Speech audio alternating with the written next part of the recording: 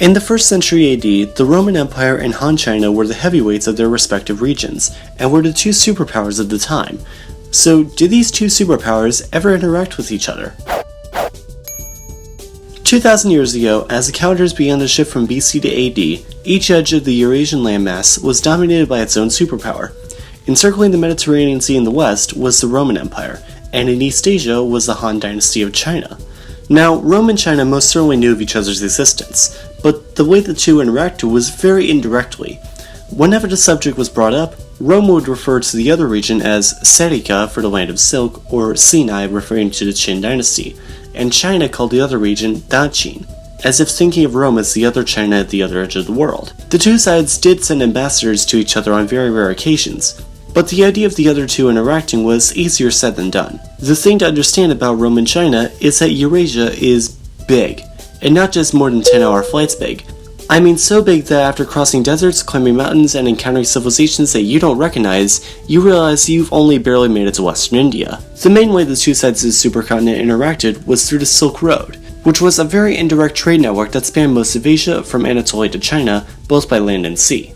This network was, if we use communication as our analogy, more like a game of telephone than a direct call, since most merchants would travel parts of the route and trade goods that were more likely to just end up on the other end. Very few ever traveled across the whole network. The biggest roadblock to Sino-Roman relations, though, aside from the road being super long and also not being that much of a road, were the empires in between them, notably Persia, which Rome was a longtime rival with, no matter which form they took at the time. China was also more isolationist throughout some periods of its history, and especially 1,000 years after the time period we're talking about, became sort of the holy grail of trade for European kingdoms.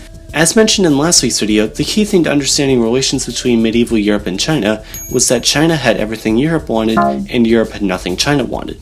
This wasn't as true with ancient Rome, as the West had many things that China did want at the time, like cotton and Roman glassware. Additionally, Rome imported so much silk from China that many senators repeatedly and unsuccessfully tried to ban it within the empire. Military technology like the Chinese inventor crossbow was also traded and spread to the other empires.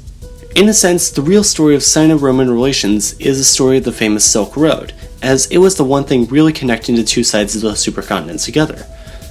Eventually, when the Roman Empire actually did end, and the new Ottoman Empire mostly cut off Western Europe from the spice trade, is when things got interesting to say the least on the other side of the Atlantic.